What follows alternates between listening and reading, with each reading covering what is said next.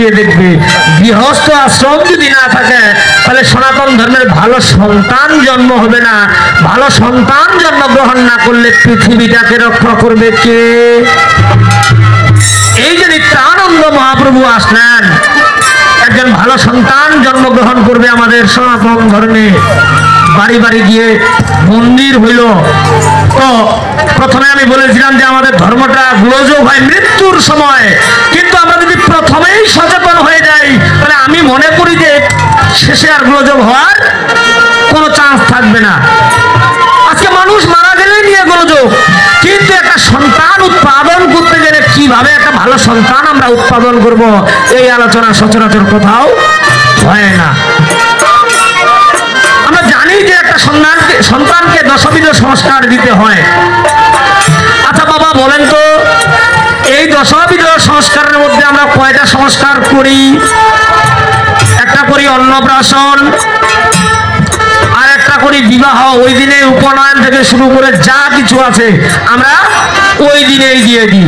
10টা সংস্কারের মধ্যে শুধু 2টা কাজ আমরা করি, তাহলে কি আমাদের ভালো সন্তান উৎপাদন হবে?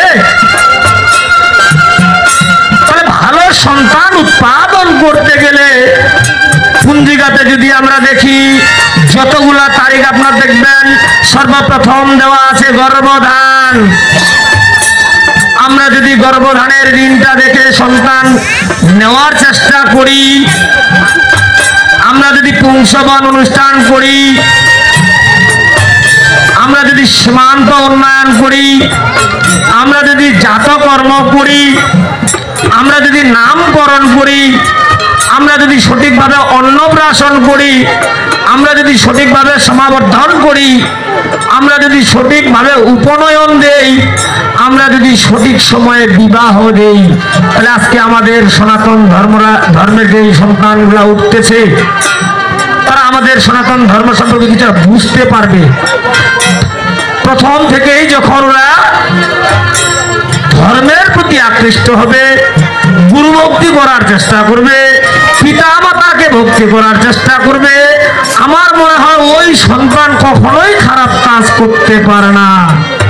কিন্তু আমরা এগুলার গল্প আমরা কোথাও করি না,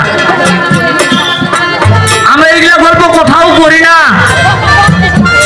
প্রথমেই যদি সন্তানটাকে আমরা সঠিকভাবে গড়ে তুলতে না পারি, বড় হয়ে আপনি যতই ওকে শিক্ষা দেওয়ার চেষ্টা করেন কোনো লাভ হবে না।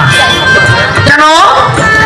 এর প্রমাণ যখন অভিমন্যু গর্ভে ছিল, গর্ভ অবস্থায় যতটুকু জ্ঞান অর্জন করেছিল, ভগবান শ্রীকৃষ্ণ কিন্তু তাকে শিক্ষা প্রদান করার পরে চক্রবাহু ভেদ করার জ্ঞানটা দিতে পারেনি।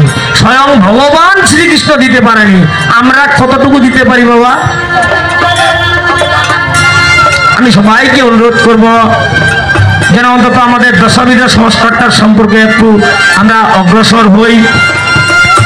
খুব বেশি না, সঠিক সময়ে আমরা দশবিধ সংস্কার দেব, সঠিক সময়ে আমরা আমাদের সন্তানকে সঠিক নিয়ম দিব, তবেই তো সেই সন্তানের কাছে আমি ভালো কিছু আশা করতে পারি।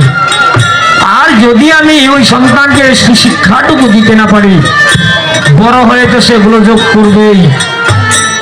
সে বলবে যে সনাতন ধর্মের থেকে ওই ধর্মটা ভালো, ওই ধর্মের থেকে ওই ধর্ম ভালো, ওই ধর্ম থেকে আরেকটা ধর্ম ভালো, এরকম বলবে কিনা? তার তো জ্ঞানই নেই সনাতন ধর্মের প্রতি, তার তো সনাতন ধর্ম সম্পর্কে কোনো জ্ঞানই নাই। জ্ঞান আছে তো সে কি করবে? স্কুলে গিয়ে তো গোলযোগ করবে। আমি সবাইকে অনুরোধ করব, আপনারা সর্বপ্রথম গর্ভধারণ করবেন দিন তারিখ দেখে 3 মাস 10 দিনের মধ্যে পুংসবন অনুষ্ঠান করবেন। কারণ পুংসবন অনুষ্ঠান হইলে পুত্র সন্তান নেবেন নাকি কন্যা সন্তান নেবেন। তারপরে করতে হবে সীমান্ত উন্নয়ন। এরপরে সন্তানটা যখন জন্মগ্রহণ হয়ে যাবে তার জাতকর্ম করতে হবে, তার নামকরণ করতে হবে, যদি ছেলে সন্তান হয় 180 দিনের মধ্যে তার অন্নপ্রাশন করতে হবে, যদি মেয়ে সন্তান হয় তাহলে 150 দিনের মধ্যে তার অন্নপ্রাশন করতে হবে, তারপরে তার চূড়াকরণ করতে হবে। সঠিক সময় যদি আমরা উপনয়ন সংস্কারটুকু দিই, গুরুদেব যদি আমাদের উপনয়ন দেওয়ার পরে কিছু দিক নির্দেশনা দেয়, তবে সে ওই সন্তান অবশ্যই সঠিকভাবে চলাফেরা করার চেষ্টা করবে।